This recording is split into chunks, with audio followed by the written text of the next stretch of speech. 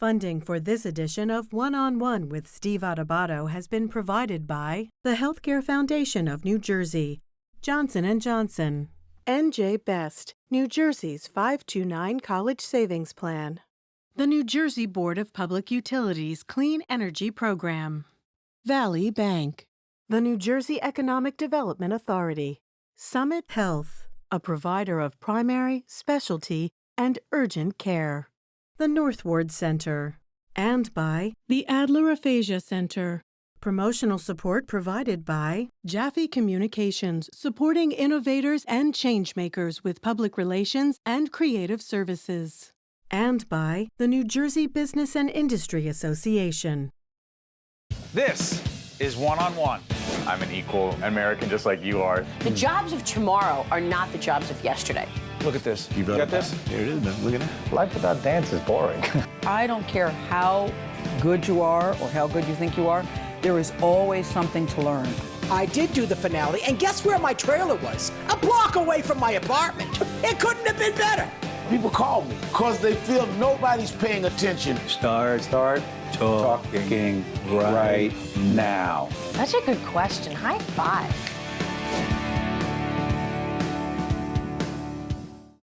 Steve Adubato here, everything you ever want to know about education, teaching, educators. We have Sean Spiller, president of the New Jersey Education Association, and Steve Swetsky, executive director of the NJEA. Good to see you, gentlemen. Good to be on. Good to see you as well. Good to be here. I want to disclose that Sean is also the mayor of my hometown, beautiful Montclair, New Jersey. Hey, listen, gentlemen, we're doing the show at the end of September, being seen a little later. Sean, let me ask you, as an educator as well, no way to predict how this school season will go, the school year will go. What do you say where we are as to where we are right now, and what are the greatest challenges moving forward?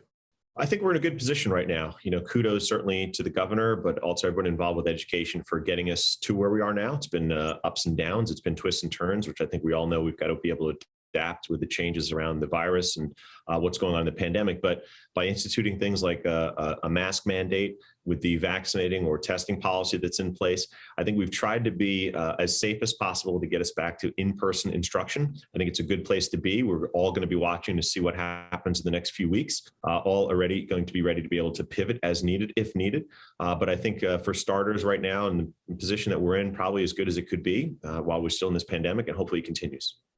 Steve, let me ask you, describe the NJEA for those who do not know. How many members? NJEA is roughly 200,000 members working in schools across the state in 600 plus school districts. We have about 900 different affiliate organizations.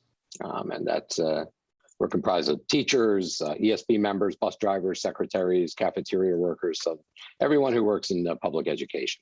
By the way, the NJEA is not just a supporter of public broadcasting, but the Caucus Educational Corporation as well, to disclose that. Steve, let me ask you, do you have a really good sense as to, when we're taping on the 28th of September, how many educators are vaccinated as we speak? Because there's a requirement to be vaccinated, but there's also the option of being tested on a regular basis. Please, Steve.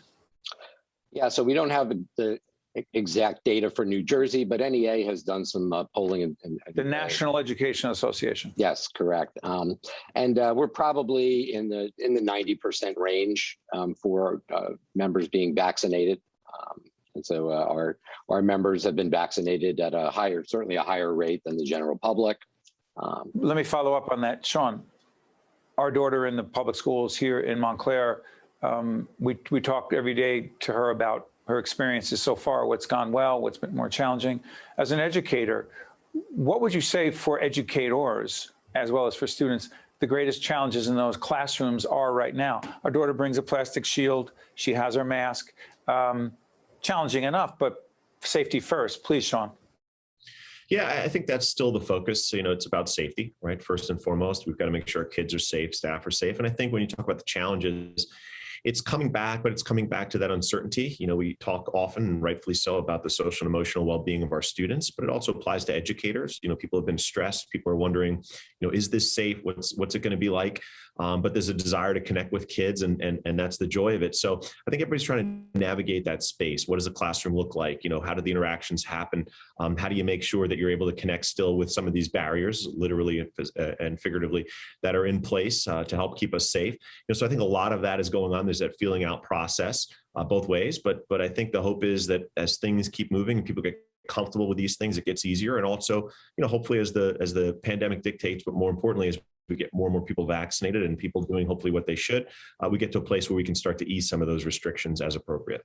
And again, changing landscape every day, new information. Steve, you and I actually talked offline the other day. The convention is coming up, the annual NJEA convention. We don't know what it's going to look like, how much is in person, how much is remote. We've done a lot of broadcasting from there. It's been great talking to individual educators from across the state. Steve, let me ask you this. From your perspective, the theme at the convention has always focused around racial and social justice issues. Regardless of the pandemic, that will not change, correct? Talk about it. Yeah, no, absolutely not. I mean, that's a focus of the organization, and it is and should be a focus of our public education system. There are inequities throughout public education throughout New Jersey. Once again, New Jersey was just recognized as the top-ranked public school system in the country, and we're proud of that, and we're proud of the part that our members play in that. But we also look around and we see great inequities throughout New Jersey, throughout the country, but in New Jersey that, really provides opportunities and provides places for our members to engage with each other and with their communities around those issues. And so, yes, the convention will continue to be a place where we engage with those issues, where we bring, a place for people to come together, talk about, and move to action. And the great leaders who come from across the nation as well, whether remotely or in person. And I'm not going to give anything away because you're still working that out, Steve. Hey, Sean, in light of the conversation that I just had with Steve regarding racial and social justice, you're the first African-American man to be president of the NJEA. A, what does that mean to you and the organization? And B, continue the conversation about racial and social justice, please. Yeah, I think it means a few different things. There are moments when you look at it, and I guess maybe it's a half full, half empty, type mindset. But you look at it and say, wow, here we are, how many years later, and this is only the second African American ever and first African American male to be president of the organization, and first time ever in our history we've got two officers of color, serving at the same time. It's you're thankful and happy that we're here, but also a little bit maybe surprised, but also the challenges of how long it took to get here. But I think also, and I'll give full credit to our previous president, Marie Bliston, for really leaning in and engaging in the work of racial social justice, because I can tell you that having a white ally really leading the charge in some of these things was really important. I think it was really important for our 200,000 members to see that this isn't just, oh, look, here's our African-American president moving forward around these issues. This is an organizational commitment. And certainly now I'm pleased to be able to move that and bring that even more forward in terms of the work we do. And when we talk about being a justice-centered union, and sometimes we hear the criticism, it takes us into places where we're fighting for our communities and the communities our students live in and that we live in. When we say we've got to have employment opportunities, we've got to have appropriate health care, we've got to have the challenges that are facing our students that are barriers to them learning. And we've got to be in those spaces as well, trying to create that equity and to create that justice so that our students have the best possible opportunities at success. So we're going to be there. We're going to be leaning into that work. And that's something we're committed to. Sean talks about this. People again, we've done a lot of work on learning loss and the academics of this. But Sean talks about the larger context in which education takes place in people's lives, childcare issues, a whole range of complex issues. But Steve, I want to ask you about this in terms of mental health. Social, emotional learning, forget about just learning, just development, the well-being of our children. How are teachers dealing with that, in addition to the fact that they have their own issues to be dealing with? Steve Swetsky, go ahead. Yeah, that's a good question and a very difficult issue. A lot of credit goes out to our members and educators everywhere for how they have stepped up to deal with not only their own issues at home, but always with the focus on the children that they teach. I had the opportunity yesterday. My grandson's pre-K program is closed because of COVID, so they're working from home. And my daughter-in-law sent a video, and I watched him, do 2 minutes with his with his teacher. It was amazing. And the caring and the voice that came, off of that iPad. And I just watched, Charlie, he was captivated, right? Because that was the person that he's already connected with a week and a half into the school year, right? He's 3.5 years old. And so, regardless of whether we're in buildings or whether we're doing it remotely, that's the care and the passion around the work that educators have always had. And it's been amazing. Hey, final word here, Sean, and follow up on what Steve just said. The connection between students and teachers, while it's been affected and there have been barriers, et cetera, in person, remote, shields, masks, all of it. For you personally, as a longtime educator, what's that connection like? 30 seconds, please. It's the best. It's the best. It's why we do what we do. I know Steve and I had a chance to visit a lot of schools starting this school year, and you just see that. It is. We're excited. We're excited to be with our kids. It's why you do this work. It brings a smile to your face every day, and it's an opportunity to see them learn and grow. And it's the impact you're having, but it's rewarding. It certainly is. By the way, Sean, real quick, you've been an educator for more than a couple of years, right? Yeah, time goes by really quick. We 20 something years, so it goes really quick. Yeah. And teaching what subject? Anatomy and physiology, biology, as well as some other life sciences. But that's been my focus. Just want to clarify that. Hey, Steve and Sean, thank you so much for watching. Thank everyone for watching. Thank them for sharing with us. And Steve, we'll follow up and see what happens with the convention. We look forward, whether it's remote or in person. We're going to be ready to talk to the great educators every day who help our children in so many ways, not just teach them, but support them. Sean, Steve, thank you very much. Thank you. I'm Steve Adubato. Thank you. I'll get this right. It's only been 30 years for watching. We'll be right back. To watch more One-on-One with Steve Adubato, find us online and follow us on social media. We want to welcome back Michael Maron, who is President and CEO of Holy Name. Hey, Mike, good to see you. Good to see you, Steve. Thanks for having me back.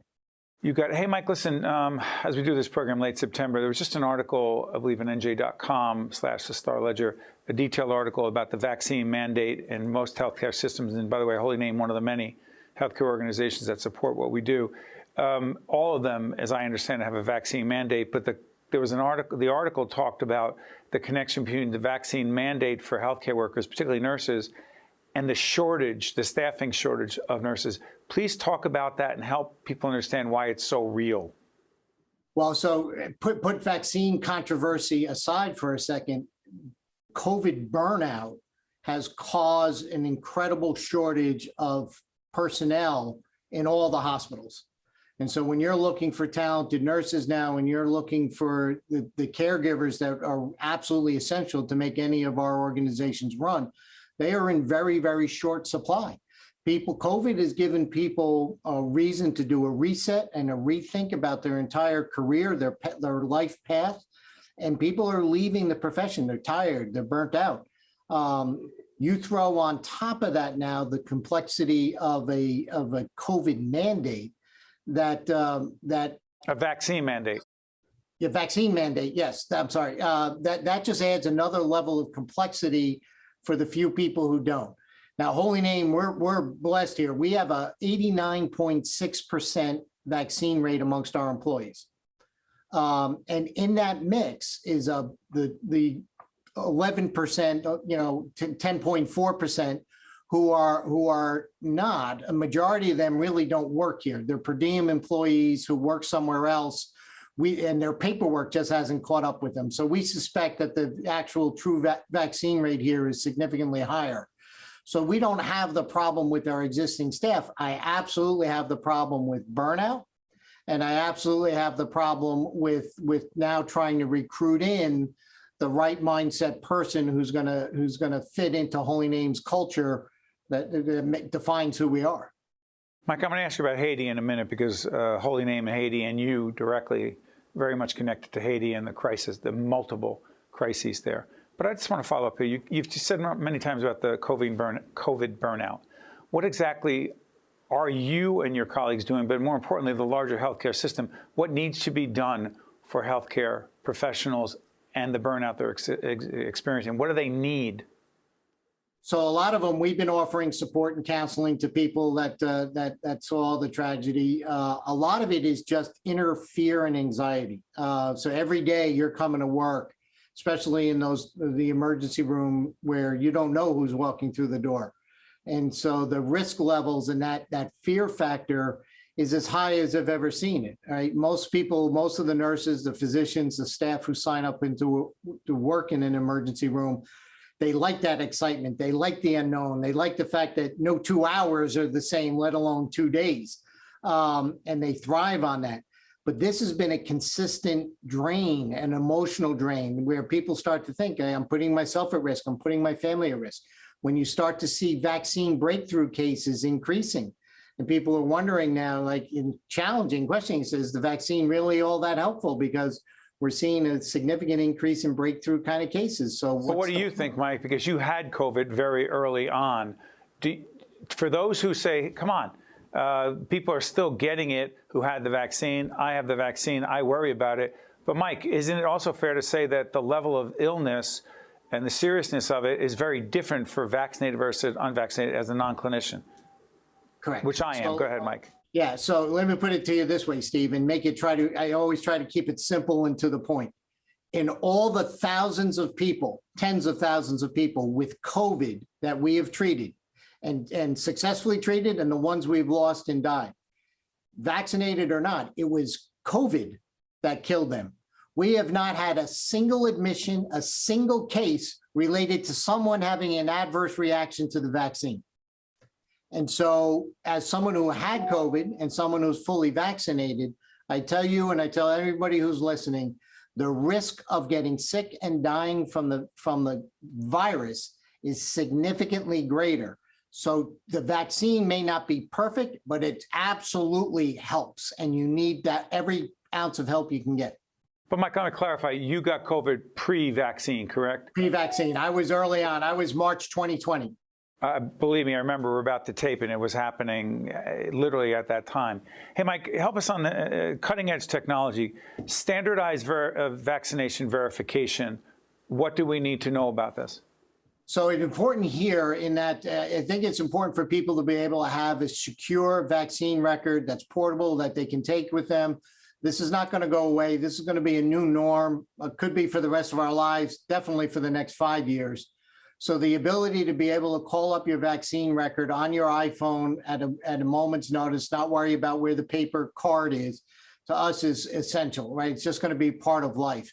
And so we designed and developed software to do that. We partnered with a company that's based in Switzerland, but also has offices in Virginia, SCIPA, SCIPA. They are software security experts, and we put a blockchain security on it. So you don't have to worry about your personal information ever being hacked into or displayed erroneously where it doesn't belong. Hey, Mike, do this. Got a couple minutes left. Haiti and Holy Name, yourself. I always ask you this. How many trips do you think you've taken there? Well, dozens and dozens and dozens. Yeah. Typically, I go every 6 weeks. And Sakakur, if I said it correctly, there's a hospital there. Yes. That you and your colleagues key to building, running. Question, the situation in Haiti, describe it from a healthcare perspective, A, and B, what should the rest of us need to know and potentially do to be helpful? So Haiti, obviously suffering a lot. They have the political unrest. They had the earthquake again.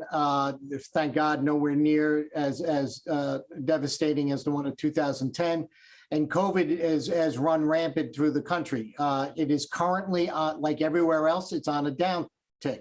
So when you look at the COVID waves, every country, as poor as Haiti to the wealthiest United States, and then state by state in the US, we all go through these cycles of peaking of cases, and then they precipitously drop off.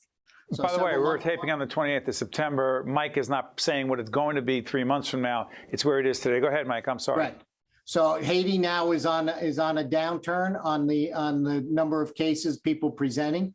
It doesn't have the sophistication that we have or any other developed country has in terms of accurately tracking it.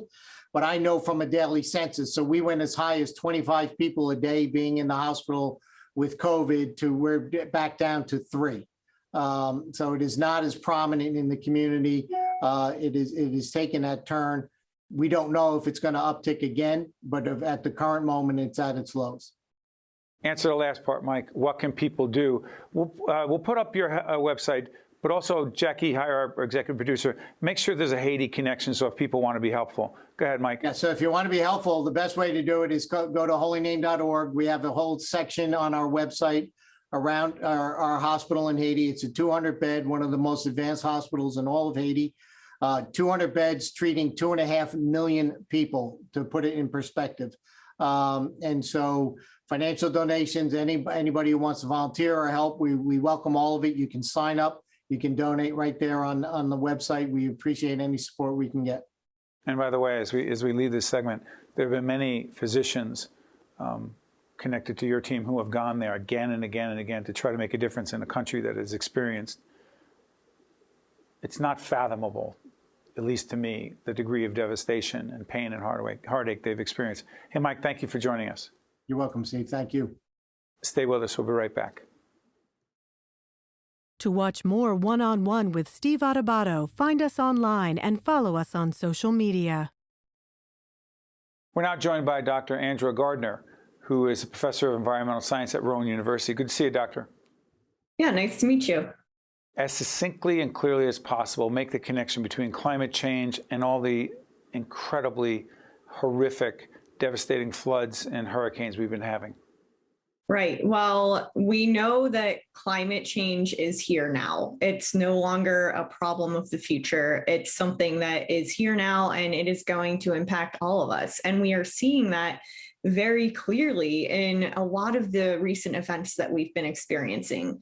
A good example is Hurricane Ida that came through here recently. We saw record-setting rainfall in northern New Jersey and Central Park in New York City. And that's something that we do expect in a warmer climate. A warmer climate means we have an atmosphere that can hold more water. So it makes those types of really intense rainfall events, which of course correspond to flooding as well, much more likely and more intense when they do happen. In terms of where we are right now, Dr. Garner, is it inevitable that this will continue, A, and B, if it's not, what can and should we do playing catch up right now specifically? Right. So we know that right now we are already committed to some additional warming. We can think of it as we've already put the carbon dioxide into the atmosphere. And so we've kind of already paid for that warming. It's on order and it's going to happen. So we are going to see additional things like future sea level rise to some extent. And so it is very important that we start to prepare to deal with those challenges that we are inevitably going to face. But it's also really important that we remember that we do have some hand in our own future, and we definitely have some control over how bad those future impacts become. So it's equally important, if not more so, that we also work to reduce our emissions to try to limit future warming and avoid some of those worst case future scenarios. So, Doctor, I don't want to be a hypocrite. I want to be part of the solution. I can say I believe in climate change. I want to be supportive. But we also have a home at the Jersey Shore, pretty close to the beach, like right there. So A, should we have built it after Sandy? B, should we be looking to sell it, knock it down? I mean, you tell me. Yeah, I mean, that's a really big challenge for us. And, certainly here in New Jersey and around the world, we have, a lot of coastal infrastructure around the world. That's where a lot of our biggest population centers are. As you said, we have lovely beach towns and coastal homes that we like there. And so it is a challenge that we need to be thinking about. I think we need to recognize that we will be dealing with additional kind of exacerbated impacts in some of those coastal communities, as far as, sunny day flooding as sea levels get higher, and certainly flooding when we have storms come by as sea levels continue to rise and storms get potentially more intense. But it's also, I don't think we necessarily need to resign ourselves to the fact that we're no longer going to have coastal communities, but we do need to be thinking very seriously about what ways we could potentially protect that infrastructure that was built during a very stable climate and now is undergoing rapid climate change. And the limited time we have left, I want to ask you this, Doctor. Specifically, policy changes that need to be made on the federal and the state level as it relates to climate change and everything you're describing? Name a couple things we need to do. Yeah, so this is, a little bit outside of my area of expertise. I definitely focus But from more a scientific point of view. Right. Forget from a about scientific policy point, and politics. What do we need to do? Right. We do definitely need to be thinking about taking those large scale actions that will work to reduce our emissions. We can all talk about taking small actions in our home, which are great and important, using more efficient energy, light bulbs and solar panels, things like that. But we also need broad scale societal change. And that's only going to come about by adopting those policies at the state level, certainly where we work to get towards, zero emissions future and really invest in green energy and renewable energy. But it's also going to need action at a national level and an international level, because this is a worldwide problem. And as the developed world, we all need to be working towards policies that will result in large cuts to our carbon emissions, so that we can take those emissions down to a safe level, down to really zero in the future. And not to mention how much concrete is where it is and what that causes when there is a flood or a hurricane. I'm not going to simplify this. Dr. Garner, I want to thank you so much for joining us, and also our friends down at Rowan University, one of our higher ed partners. Thank you, Dr. Garner. We appreciate it. Yeah, thank you very much. We'll continue the discussion, I promise, in another segment. I'm Steve Adubato. We thank you so much for watching, because last time I checked, climate change is pretty real. See you next time. One-on-One with Steve Adubato has been a production of the Caucus Educational Corporation. Funding has been provided by the Healthcare Foundation of New Jersey, Johnson & Johnson, NJ Best, New Jersey's 529 College Savings Plan, the New Jersey Board of Public Utilities Clean Energy Program, Valley Bank, the New Jersey Economic Development Authority, Summit Health, the North Ward Center, and by the Adler Aphasia Center. Promotional support provided by Jaffe Communications and by the New Jersey Business and Industry Association. What is your child's dream for the future? Doctor? Teacher? Architect? Whatever they aspire to be, a college education may realize those dreams. And NJ Best can help. It's the college savings plan specifically designed for New Jersey families. Start saving today with as little as $25, because now is the time to invest in their future. To learn about NJ Best 529 College Savings Plan, its investment objectives, risks, and costs, read the Investor Handbook available at njbest.com.